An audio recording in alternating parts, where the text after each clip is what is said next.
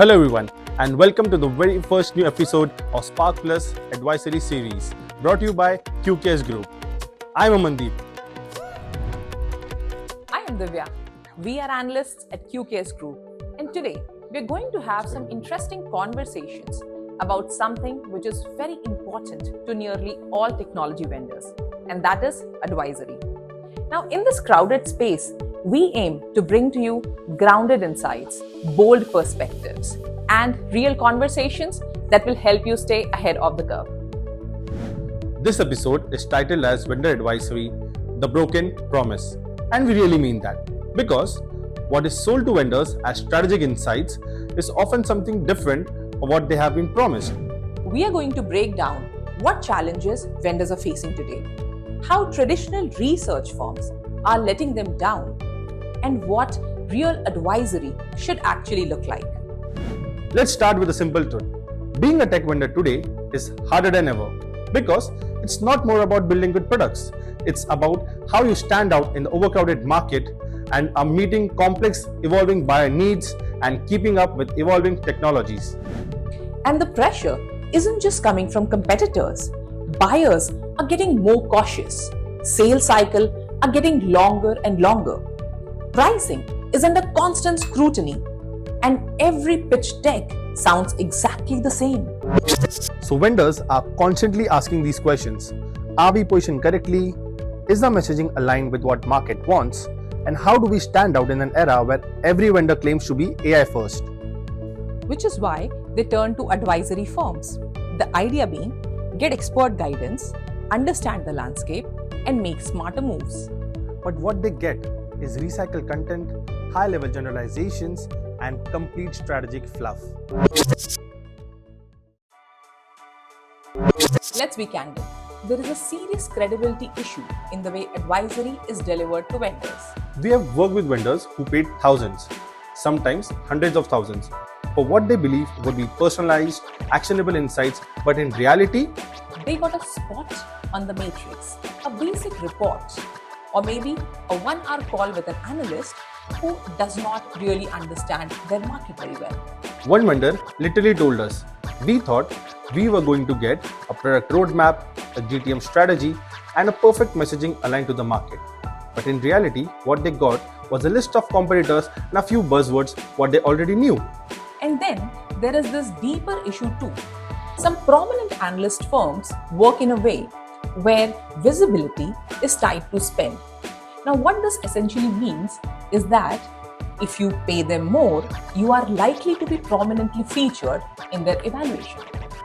Which means smaller, niche players doing great work always get overlooked, while big vendors with legacy offerings always get the spotlight. So it creates this illusion of innovation where visibility isn't based on real value, but on who pays more. And that's incredibly dangerous for the market because it distorts buyer perceptions and misleads vendors about their own potential. Now, let's flip the lens. Let's talk about what advisory should be. First, advisory should be objective. It shouldn't start with where we can place you. Instead, it should start with what are your strengths, where are your gaps, and how are you actually making the real differentiation. Second, it should be contextual. Like a small vendor based out of Southeast Asia cannot be compared using the same framework as an enterprise vendor based in North America, because all these nuances does matter. Third, advisory should be practical. Advisory is only useful if it leads to execution.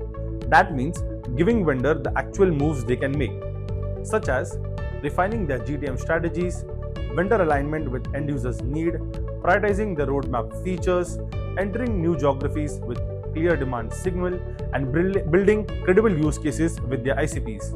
And in many cases, the answer isn't pivot. It's actually doubling down on what's working and telling the story more better.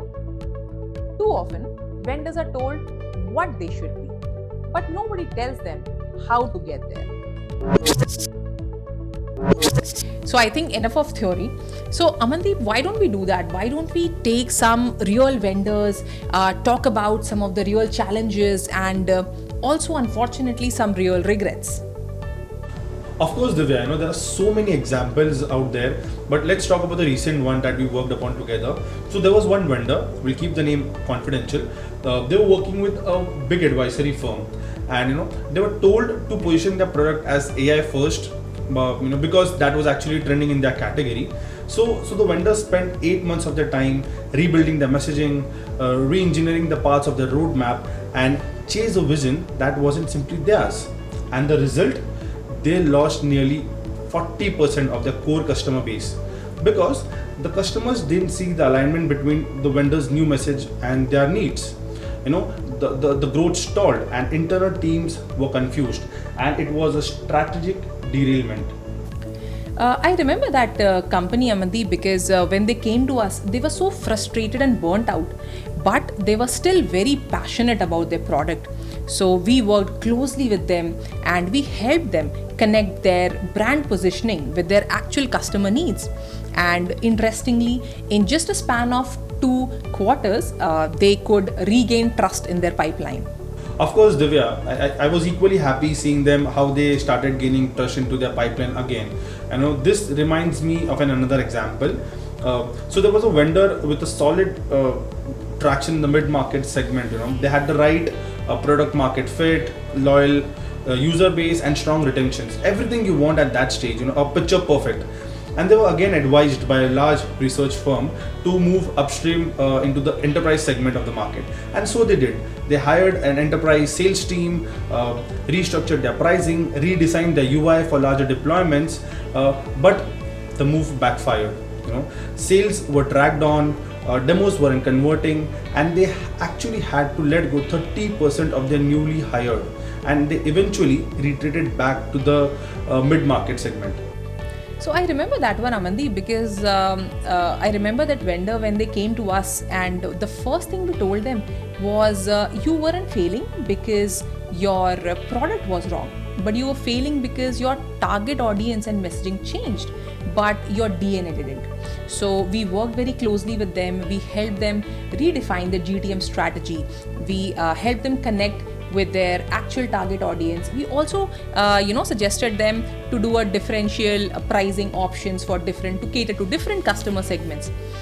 Their internal team again got back the focus and strength, and we could see that the customer regained and rebuilt their pipeline and started gaining traction in just a couple of months. To sum up both the examples, I think both the companies, they weren't bad companies. In fact, they were really great companies, but with bad advisory. I agree with you, Amandeep, and I think it's not like they did not have options. They did have options, but unfortunately, they trusted frameworks which wasn't built for their realities. So everything that we have talked about today, be it the lack of context, the misleading rankings, or the copy-paste advice, it doesn't have to be the norm. We believe that advisory can be better. It can be real and it can be empowering. So we are introducing Spark Plus, our answer to everything that we have discussed today. And Spark Plus is not just another framework or a fancy model. It's a platform we have built to revolutionize how advisory is delivered to both technology buyers and vendors. So if you have ever felt stuck, misled, or simply overlooked by traditional advisory models, stay tuned, because Spark Plus is coming and it is going to change everything. Thanks for watching. And remember, the best strategy begins with clarity. And that's exactly what we're here to provide. We'll see you next time.